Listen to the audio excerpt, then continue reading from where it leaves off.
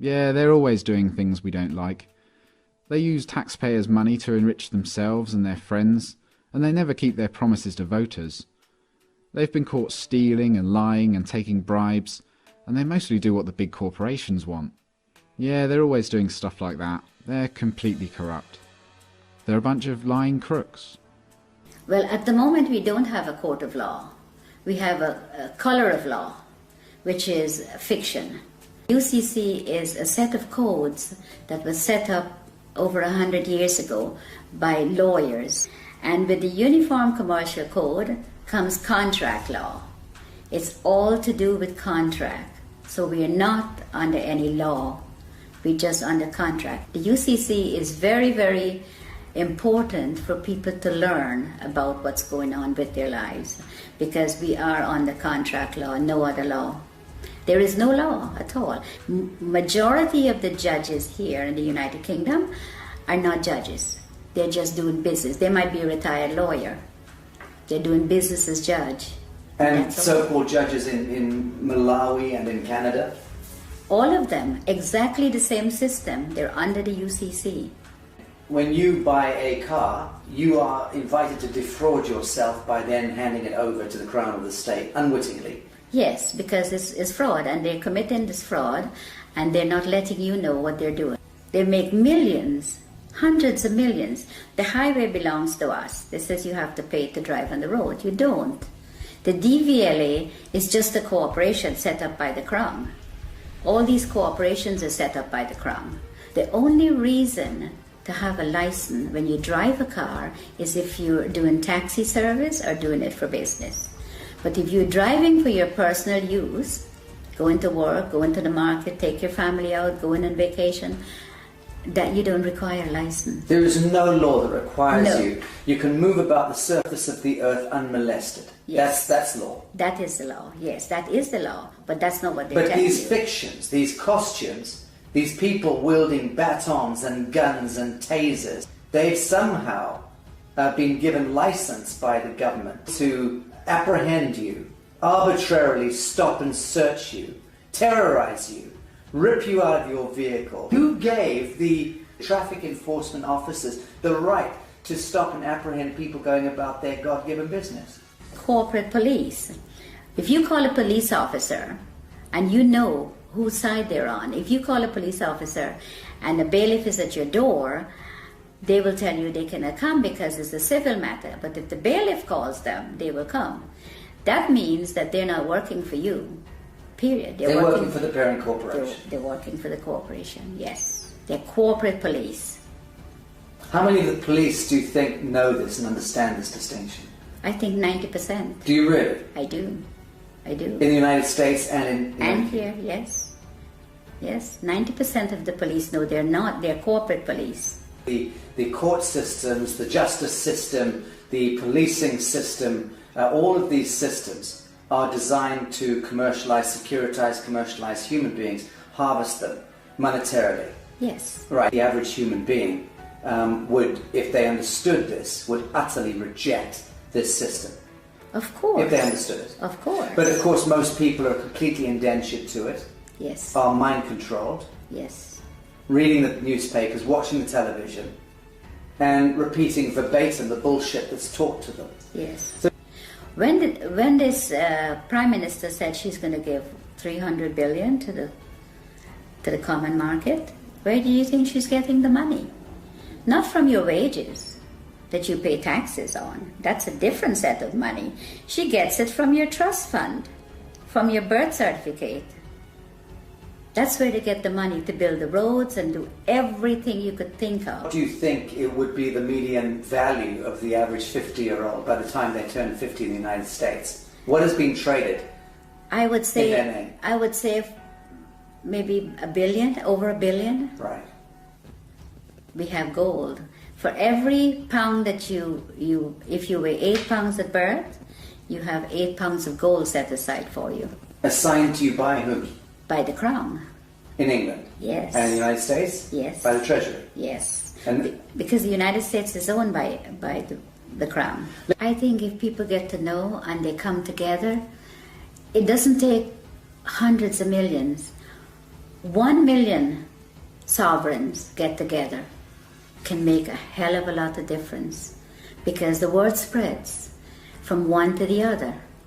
And once people get to know that this is what is being done to them, it's going to be like wildfire.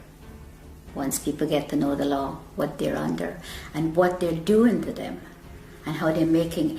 You see, they make things to distract you, like the news and all this fake, all this stuff, television, and this is what they do. So once people can get together, if 100 people go to the bank and all keep taking out £100, before the end of the day, the bank will close.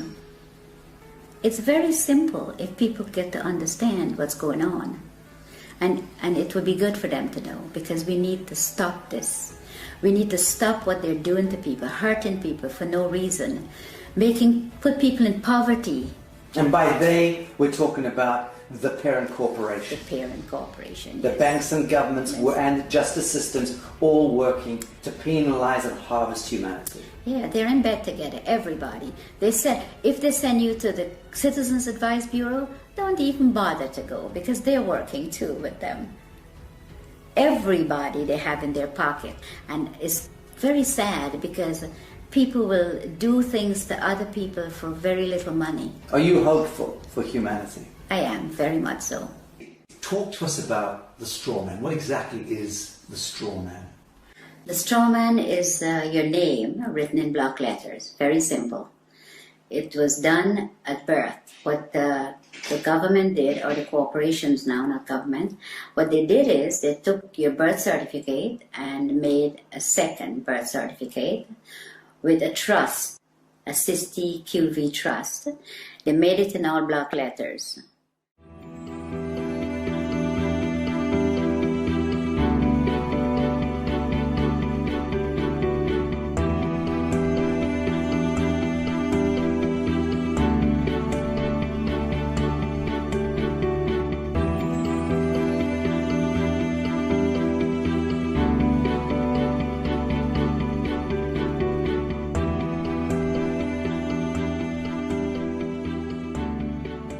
And for them to interact with you, they have to interact with you as a fiction, because they're all corporations. Corporation cannot interact with real people. So they made a straw man. They call it a straw man because it has no soul and is spiritually dead. So let's break this down. You're born in the hospital room. A certificate of live birth is issued. What happens is that she has to register the child's birth. She has to go to the registration office and register. If she does not register, she will be taken to court, according to what the law is saying. They take the birth certificate that she registered as an informant, informing then that she has the child, and they made a duplicate in all block letters. She didn't, they did. So they've turned a living child now into a trust, fiction. into a fiction. Trust, yes. Which has a certain value allocated to it. Value, yes. Millions of dollars or pounds. And that trust, let's call it a bond, because that effectively becomes traded thereafter. Yes, it becomes warehouse bond for money. So every human being that has been registered to the state or the crown by the mother ends up becoming some kind of a bond that is traded on the stock market. Yes. Without you ever knowing it. Yes, without disclosing. And this is happening since the early 1900s. What they've done is really fraud, because they're fraudulently taking your child's birth certificate and make it into a dead entity.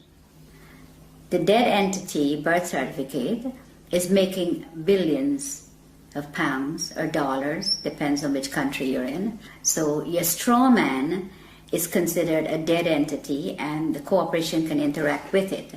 If you have to go to court, it's not going to be in your real name, because they don't have it. All they have is the dead entity, and they interact with that.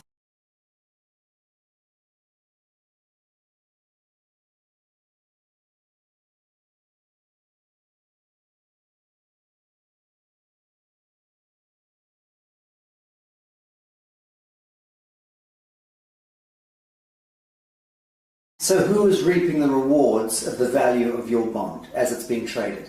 I would say the Federal Reserve, which belongs to the royal family, and the HMRC, IRS, these are the people where your money goes once you are registered. The mother register you, that's where the money goes, to them. Okay, let's talk about the difference between your signature and your autograph. Okay, a signature is under the UCC, which is the fiction, the Strawman. Your autograph is the real person. So if you go up to a movie star and says, "Can I have your autograph?" You never say, "Can I have your signature?" It's always autograph because you have flesh and blood. Signature is what you're signing every time they can go into your account and take money. And every time you do sign a piece of paper, you can bet that that signature of yours is being monetized, securitized. It is. By the banks, by everybody that you, wherever you sign, credit cards, everything that you sign, they're getting funds off your trust fund from that birth certificate. Okay, so fees and all sorts of things, and invisible costs are being discharged against your birth bond in that sense? Yes. Without you ever knowing about it? Without you ever knowing about it, yes. It was never disclosed to you. All the stuff was done without disclosing, and it's deception, it's fraud, and it's happening every day to everyone that's outside the inner circle. Okay, let's talk about the court system, because invariably your signatures lead you into a courtroom at some point, you know, whether it's for, and under the aegis of the court system, whether it's a marriage, a birth, a death, a registration of land, whatever. So we understand a little about the distinction between the signature and the autograph. What exactly is a court of law? Well, at the moment we don't have a court of law. We have a color of law, which is fiction. So when you go into a court system here or America, you walk into a system where there is no law. So it is lawless. So when you go in there and you speak to somebody doing business as a judge, there is no judge. You could ask the judge to see his oath. He doesn't have one. He's a cashier. Yeah, he's a banker. A banker. Yes. So when you sign any papers in the court, that's when he gets paid out of your 60 QV trust on your birth certificate. That's where he gets the money. If you go into the court, you still lose because it is not a court of law for you. In a situation like that, when should you use your signature and sign something, and when shouldn't you? There is a special way of, under the UCC, we go back to that, there's a special way of signing without responsibility for your signature. So that if you sign in the special way according to the UCC, you're not responsible for anything that's on the paper. Okay. Now, for the layman, describe UCC. What are we talking about? Okay. What is the UCC? The UCC is a set of codes that was set up over 100 years ago by lawyers. And with the Uniform Commercial Code comes contract law. It's all to do with contract. So we are not under any law. We're just under contract. Someone could call you up and says, "Oh, would you like to contract with me to get TV license or to get something that you need?" And you contract. Telephone, everything is contract, everything. And under the UCC, you do not have to sign. A stamped signature or a typed up signature is considered sign under the UCC. So when you get a letter in the mail and it has no signature, or you just have a stamped signature, then it is considered sign. The UCC is very, very important for people to learn about what's going on with their lives, because we are on the contract law, no other law. There is no law at all. In America, the court system is operated under military. When you walk into a courtroom, I don't care which courtroom, if it's a higher court or a lower court, they're under the military.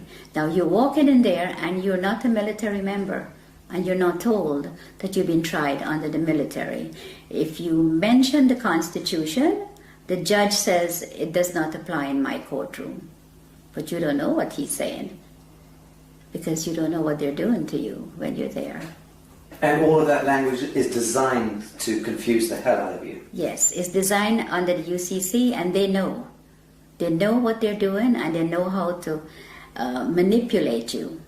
So you're saying all judges are very schooled and versed in UCC? Yes. They're taken to special training schools in order to learn this? Yeah, the president appoints all the federal judges in America. And they go to Scottsdale, Arizona and Reno, Nevada to train how to apply this fraud contract in the courtroom. And in the United Kingdom? The United Kingdom, majority of the judges here in the United Kingdom are not judges. They're just doing business. They might be a retired lawyer. They're doing business as judge. And so-called judges in Malawi and in Canada? All of them, exactly the same system. They're under the UCC. Okay, I want to talk about some mundane issues. Who owns your car? The DVLA in England. In the United Kingdom? Yes. Department of Vehicle Licensing right. Agency. Okay. Yes. Well, the DVLA owns the car. It tells you on your registration, you are not the owner. You are just the registered keeper. Now, if you look up registered keeper, it says a person who is responsible for taking care of the vehicle, pay the taxes, pay the license, pay the insurance, and take care of it. But the DVLA could take it from you anytime they feel like. Crush it. They could clamp it. Because once you've registered it, you've handed it over to the Crown of the state. That's right, yes. It's no longer yours. It's not yours, never. So again, when you buy a car, you are invited to defraud yourself by then handing it over to the Crown of the state, unwittingly. Yes, because it's fraud, and they're committing this fraud, and they're not letting you know what they're doing. They make millions, hundreds of millions. The highway belongs to us. It says you have to pay to drive on the road. You don't. The DVLA is just a corporation set up by the Crown. All these corporations are set up by the Crown. The HMRC, the DVLA, they all do the same thing. So if you look carefully at your registration, it tells you right there. And in the United States of America, it's not the DVLA. What's the equivalent? It's the Department of Motor Vehicles. And again, they invite you to register the vehicle to them. Yes. They become the owner. They become the owner. The only reason to have a license when you drive a car is if you're doing taxi service or doing it for business. But if you're driving for your personal use, going to work, going to the market, take your family out, going on vacation, that you don't require a license. There is no law that requires No. you. You can move about the surface of the earth unmolested. Yes. That's law. That is the law. Yes, that is the law. But that's not what they're But telling these you. fictions, these costumes, these people wielding batons and guns and tasers, they've somehow been given license by the government to apprehend you, arbitrarily stop and search you, terrorize you, rip you out of your vehicle. Who gave the traffic enforcement officers the right to stop and apprehend people going about their God-given business? The corporations that they're under. The police are not constables. And the Queen took an oath to represent the sovereign people, which she's not doing. She's now a corporation herself. So the police is under corporate. They're not constables. Constables are the people who that beats the street and get to know your neighborhood and speak to the people. Keeps the peace. Keeps the peace, yes. But they're not constables. They're corporate police. If you call a police officer and you know whose side they're on, if you call a police officer and a bailiff is at your door, they will tell you they cannot come because it's a civil matter. But if the bailiff calls them, they will come. That means that they're not working for you, period. They're working for the parent corporation. They're working for the corporation, yes. They're corporate police. How many of the police do you think know this and understand this distinction? I think 90%. Do you really? I do. I do. In the United States and in... And here, yes. Yes, 90% of the police know they're corporate police. But surely then they understand that they are in serious breach of their foundational oath. And they should thereby surely understand that the Queen of England is in serious breach of her coronation oath, Yes. which requires her to intervene if her parliament or government is conducting any cruel and unusual punishments against the people. And it's my understanding that being stopped going about your business in the street and dragged out of your vehicle and beaten with a baton for whatever reason, that to me by definition is cruel and unusual punishment.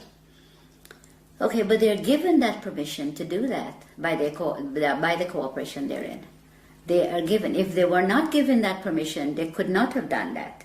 They could not drag you out of your car or molest you or take you to the station for no reason. But it's not a law that gives them the right. It's a statute. It's a technocratic words on paper, statutes that have allowed them contractually to go ahead and beat the citizenry, right? Yes. But it's not lawful. No, it's not. It's entirely not. unlawful. It's legal and it's fraudulent activities, and they're being backed up by their corporate headquarters. So you cannot win because there's always somebody there to protect them, and they know that. So let's drill down into this. A policeman is there and should be able to respond to a living soul doing injury against another living soul. If they witness that, they have every right to intervene. In the same way that you and I can conduct a citizen's arrest. If we see that somebody's being harmed, we should step in and try to intervene. But that's really as far as it goes. They have no business trying to commercialise human beings and penalise us for walking across streets or for not stopping at an amber light or whatever. All of that stuff is just nonsense, dreamt up by the corporation. It is. Right. Yes, it is. It's all fraud. The Uniform Commercial Code and contract law and how these people operate. They go into the court and they do the same thing. You tell them, don't go, even if you don't go into the court, they still fine you for the same thing as if you go into the court. But if you go into the court and the police takes you there, then you never win unless you know the law. And they know that you do not know the contract law and that you're under contract and you're walking into a trap. You go in there and the police or whoever is going in there with you, it's always they're the ones who win. You never win. Let's, for instance, say you're driving down the street, you have not hurt anyone, and you got stopped by the police. And the police breathalyze you and says, I have to take you in or I have to fine you. Or both of those. Who did you hurt? Who did you hurt? Who are you going to be paying this money to? You didn't hurt anyone. There's no victim. There's no victim. You have to be a victim under the common law. For there to be a crime. For there to be a crime. It's as simple as that. It is as simple as that, because to give you a ticket or to book you and take you to the station, who did you hurt? There is no one that you have hurt. That's just a commercial penalty. It is a commercial penalty. Okay, so we're getting the picture here that the court systems, the justice system, the policing system, all of these systems are designed to commercialize human beings, harvest them monetarily. Yes. Right. Yes. Very, very little of that expenditure, that energy goes towards keeping the peace. Oh, none of it goes towards None. keeping the peace. They don't keep the peace. All they do is they create the problem and then they find a solution. And then sell you that solution. Yes. And then penalise you if you don't accept the solution. That's right. Right, sounds like a very rigged casino to me, rotten to the core. It is. And it seems to me that the average human being would, if they understood this, would utterly reject this system. Of course. If they understood it. Of course. But of course most people are completely indentured to it, Yes. are mind controlled, Yes. reading the newspapers, watching the television, and repeating verbatim the bullshit that's taught to them. Yes. So the truth is, it seems to me that human beings are not predisposed toward hurting one another. We don't enjoy going to war. No. We don't enjoy No. hurting each other. In the main, most people get along and just want to get along. Of course. But the systems conspire Yes. with a model of scarcity economics and drive war and disease and poverty. Of course. That's the only way they can make money. When this Prime Minister said she's going to give 300 billion to the common market, where do you think she's getting the money? Not from your wages that you pay taxes on. That's a different set of money. She gets it from your trust fund, from your birth certificate.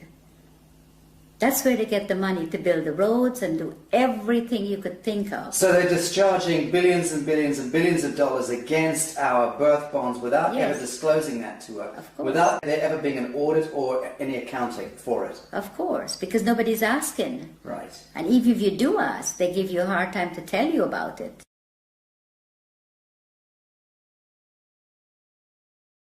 So if you try to go and discover your own birth bond, let's call it that, and you try to discover the true value, how does one go about doing that? You apply to the Federal Reserve for it. There's forms that you can fill in, and you can, once you find the bonds and the serial numbers, you can get it from the Federal Reserve because they have it. And you can then discover the value of your bond? Of course. And the average, let's say, 50-year-old in the United States would be worth what? A 50-year-old in the United States, it could be worth hundreds of millions. But one comment, if you go on the website and you put in your birth certificate number, and it comes up only one, you have hundreds of thousands of people are trading on it. Right. That's only one that you know of. I think what I'm getting at is, what do you think it would be the median value of the average 50-year-old by the time they turn 50 in the United States? What is being traded? I would say, in their name? I would say maybe $1 billion, over $1 billion. Right. Has been traded. Okay.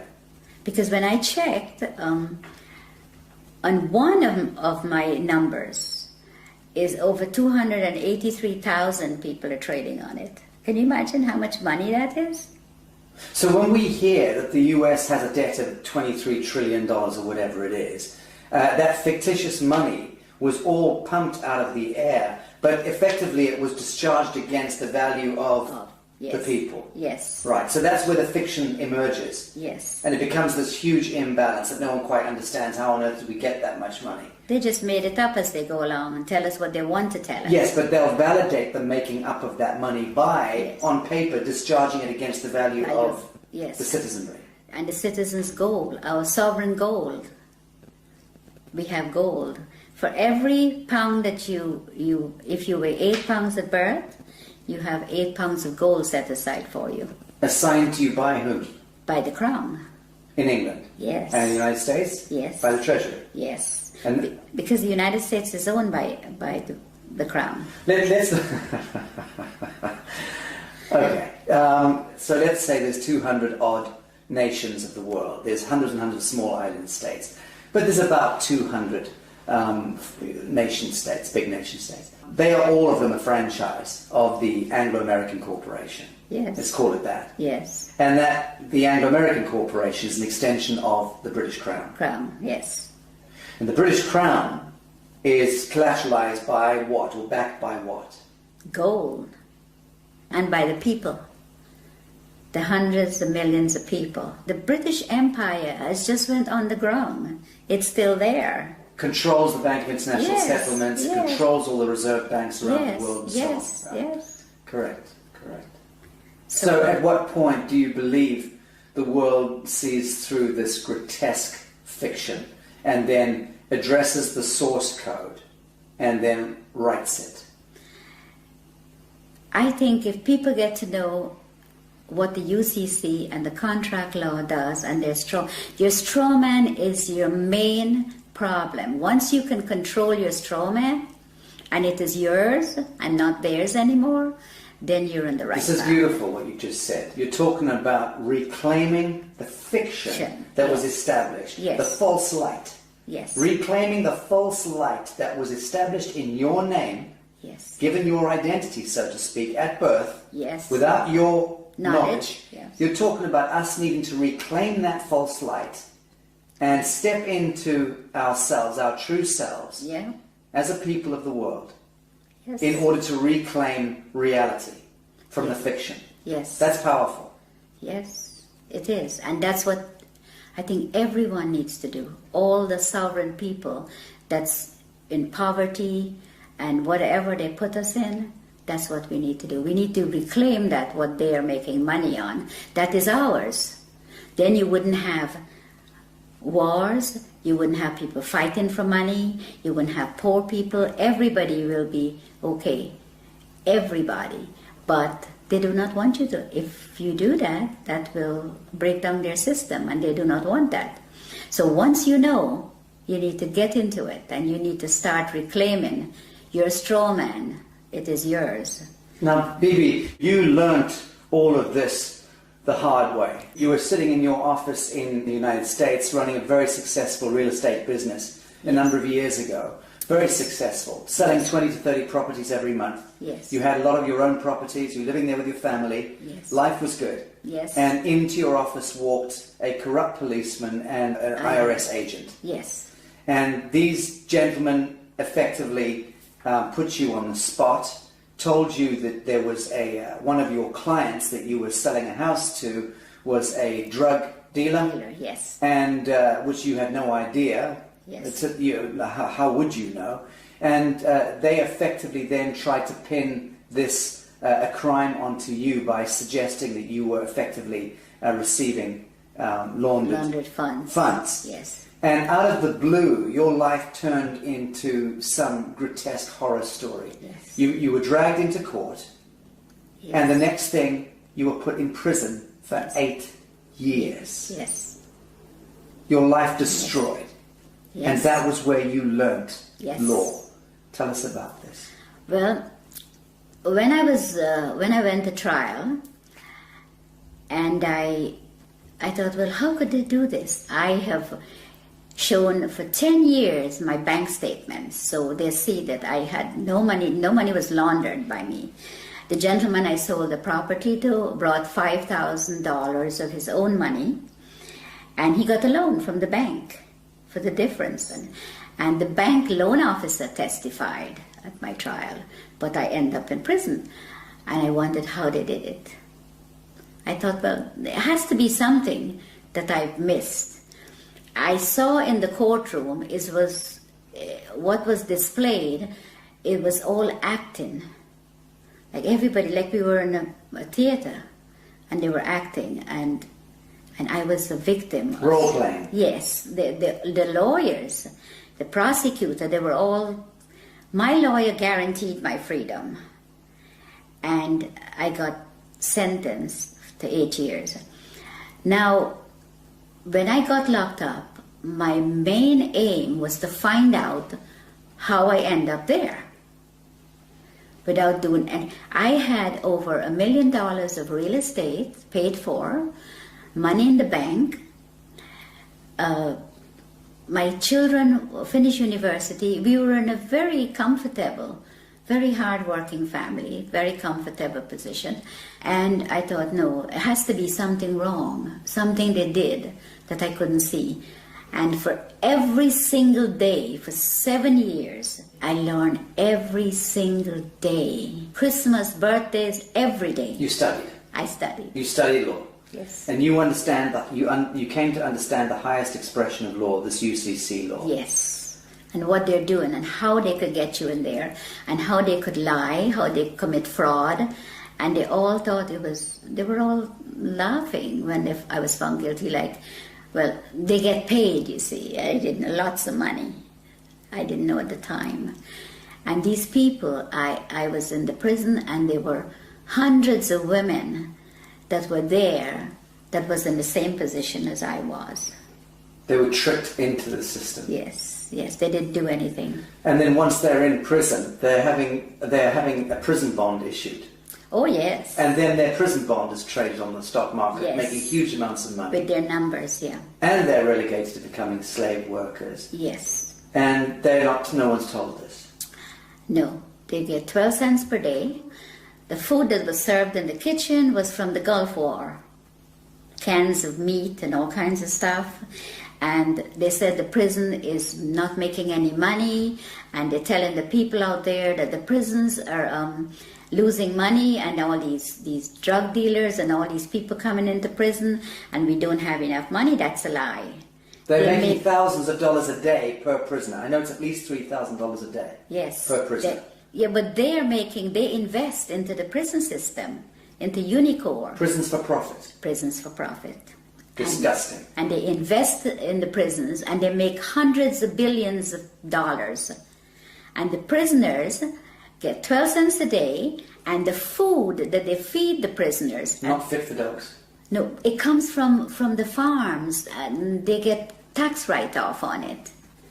The chicken may be 2-3 months old and all kinds of stuff. They serve horse meat for beef.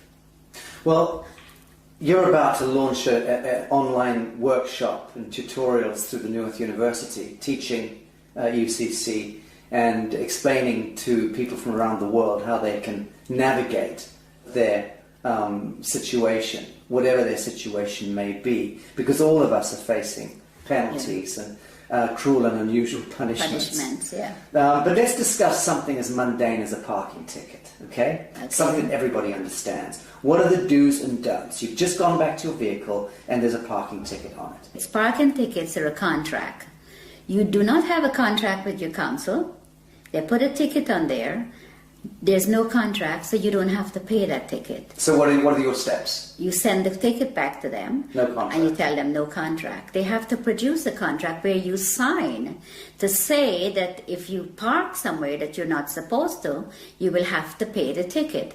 I remember someone showing me a ticket not so long ago, and the ticket had a CEO, it says CEO on the ticket and a signature. CEO? Yes. Chief Executive Officer? Yes. So I sent the ticket back to the CEO and I asked him when was he there at 8 o'clock at night putting tickets on the cars. It just goes to show that people do not look at their tickets either because they don't know. And it's very sad because a parking ticket, why should you have to pay for parking when you own the roads? We own it. We own everything. So you've sent your parking ticket back with no contract on it. What are the next steps that they'd like you to take? They would write to you and said you have to pay. If you pay within a certain time, it's only half. You have to pay half of the fine. What's your response?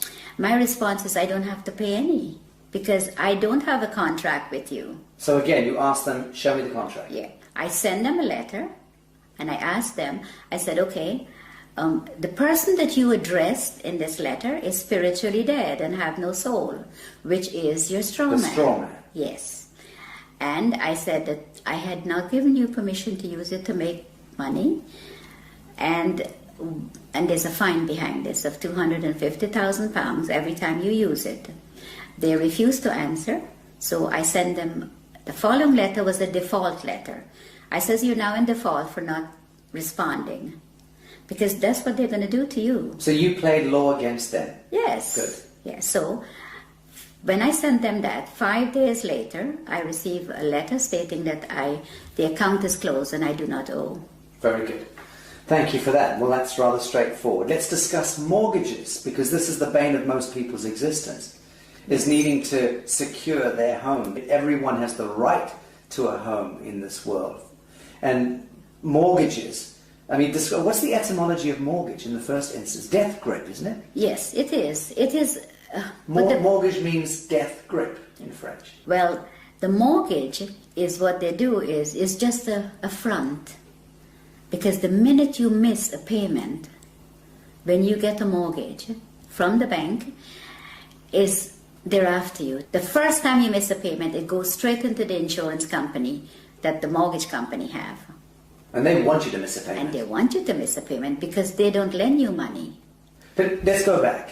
Your house is, let's say, worth $100,000. Now, when you apply for a mortgage, they don't have the $100,000, but you come along with your block black capital signature, you sign the application, they then monetize your signature by having $100,000 worth of your value discharged against your treasury bond. Yes. That money they then lend to you, and they double dip because they then get you to pay that money back plus interest. What they do is they don't lend you that. They don't lend you anything.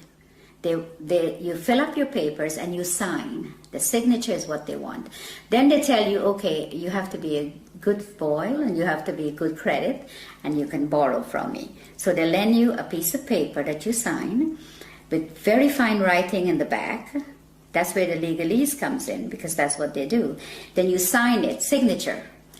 They take that and they tell you, okay, the funds will be ready in 2 to 3 days to come back. The following day with the signature, they go into your trust fund and they get paid the $100,000.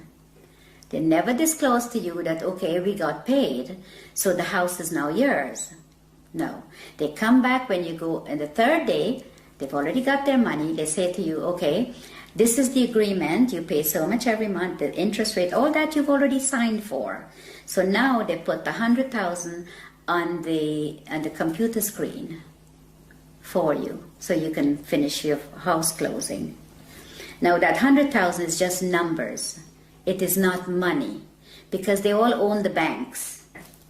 So there's no money pass, no cash, just paper. But they have your 100,000 already. If you don't pay, they take the house. They don't want nothing. They want the property, because the money is just paper. It has no value. So the property has value, so they take the property.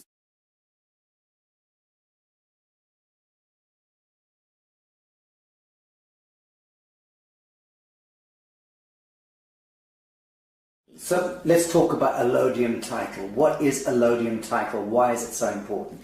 Okay, allodium title is important because you do not own the land. They tell you it's freehold, but it's not freehold. The land is owned by the Crown. All the land in England. I'm a farmer in Minnesota, and you're saying that my land is owned by the Queen. Yes. I'm a farmer in Mozambique. Your land is owned by the Queen. The Queen of England. The Queen of England. She owns all the land. So what happens is you own that piece of brick that's sitting on it that they call freehold or your house.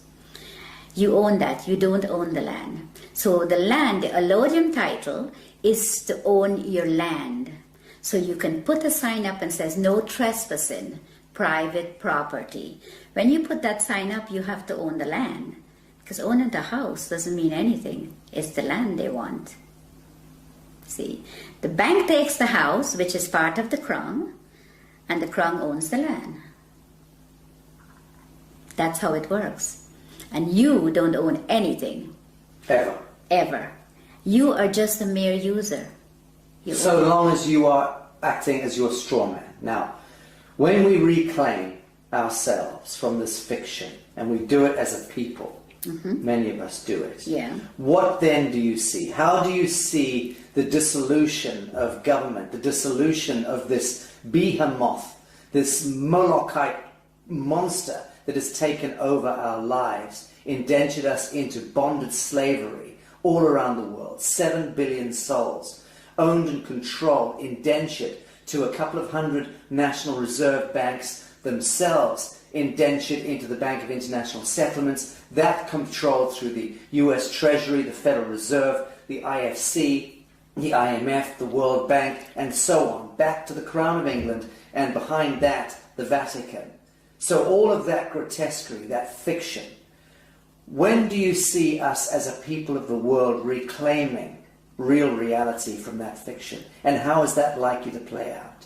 I think if people get to know and they come together, it doesn't take hundreds of millions. 1 million sovereigns get together can make a hell of a lot of difference. It's going to be like wildfire once people get to know the law, what they're under, and what they're doing to them, and how they're making... You see, they make things to distract you, like the news and all this fake, all this stuff, television, and this is what they do. So once people can get together, if 100 people go to the bank and all keep taking out £100, before the end of the day, the bank will close. It's very simple if people get to understand what's going on. And it would be good for them to know, because we need to stop this. We need to stop what they're doing to people, hurting people for no reason, put people in poverty. And by they, we're talking about the parent corporation. The parent corporation, The banks and governments and justice systems all working to penalize and harvest humanity. Yeah, they're in bed together, everybody. They said, if they send you to the Citizens Advice Bureau, don't even bother to go, because they're working too with them. Everybody they have in their pocket.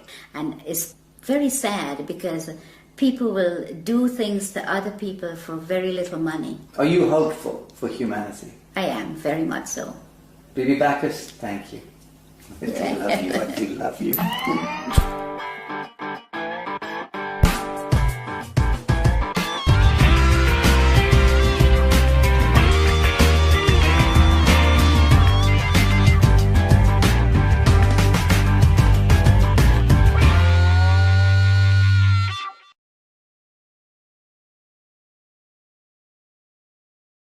So let me get this straight. A long time ago, a small bunch of regular humans had a meeting and created a document called a constitution that said that they can rob everyone else, millions of people, using threats of violence to make everyone obey their rules and commands. But so that the masses of the people would let them get away with this robbery and slavery, that small bunch also promised in the same document that there were some things the government would never do, and they described a way to structure government so as to restrain it. But over time, the promises have proven to be worthless, the restraints have proven to be useless, and government has grown significantly in size, power and scope, violating more and more of the rights of the people. It sounds to me that if the Constitution was written to constrain government, then it's been a complete failure.